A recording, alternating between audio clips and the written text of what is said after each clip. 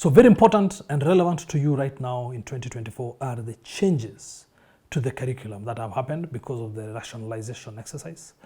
You've heard about it from the ministry since December last year, and you've seen the way things have changed. I know you've discussed it in school, and it has affected the way you'd planned your work for the year. So I want to present here these changes in this very simple document so that we just highlight the main lessons that you need to pick out and the main things that you really need to see out of what has happened. So there are about 6 changes in total that have happened, and I'll go through each of them in a bit more detail, but not very deep. Okay. So change number 1 is, of course, the introduction of the new learning areas.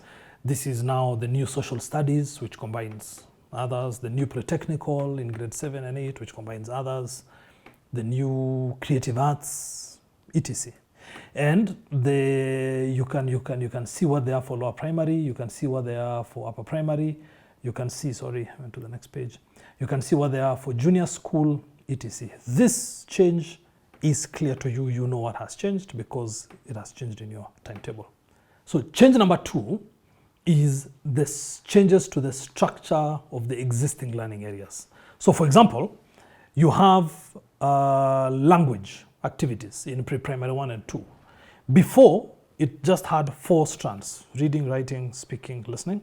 Now there are 6 strands and I think 9 strands in PP2.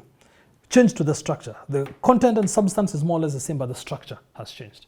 CRE, the structure has changed. Mathematics in upper primary, the structure has changed a bit. I think they've removed 1 strand, etc. So within your existing learning areas, some changes have happened. And I would really ask you to download these curriculum designs, interact with them deeply, so that you really can see what has changed within your respective learning areas.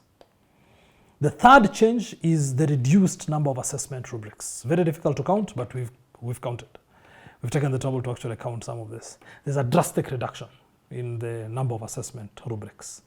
And also the way they are laid out. For example, if you looked at the curriculum designs between 2017 and 2023, KICD used to put assessment rubrics after every substrand, which was fantastic and very convenient because you could clearly see what needs to be assessed for that substrand, and that substrand, of course, contains the specific learning outcomes. That was very clear. Right now, though, they've changed it.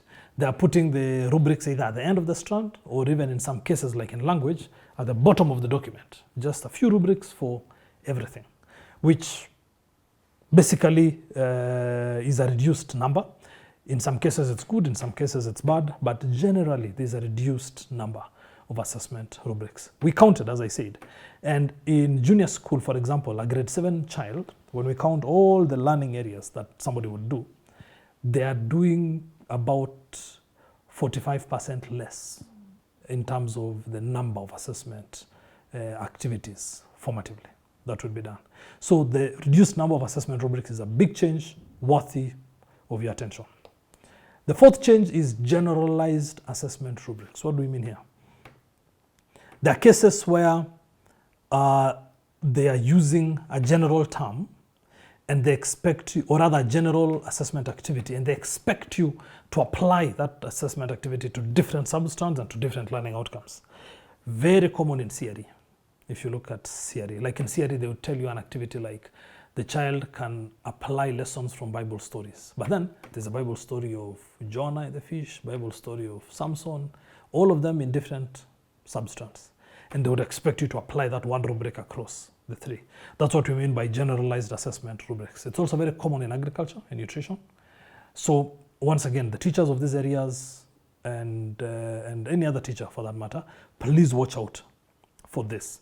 The rubrics are generalized, so the idea is that you now take the trouble to apply them yourself into your various learning areas. So a very important change that has happened. The fifth change is one assessment rubric to assess several substrands and several learning outcomes. This to me, I consider very unfortunate, honestly. It's a very peculiar style. I don't know why they did that, but that's what is there. That's what is in the curriculum designs. So please watch out for this, especially in creative arts and sports. It's really, really strange, but that's what's there. So different people are dealing with this in different ways. For example, you can get the same rubric and just interpret it for each of the individual areas, or you assess it as a block. That I leave it up to you as teachers to make the decision, but it's a very peculiar thing, what they've done there. And finally, number 6, community and service learning. This is an area that was streamlined. They looked at it in a bigger way. They called it the tenets of CBC.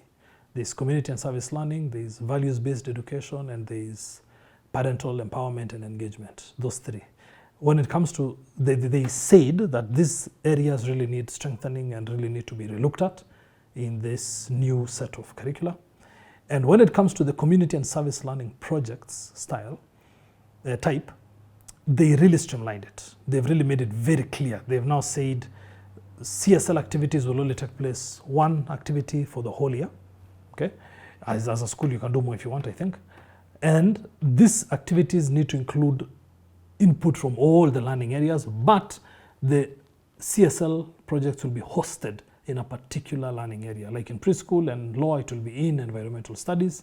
In upper primary and in junior school, it will be in social studies.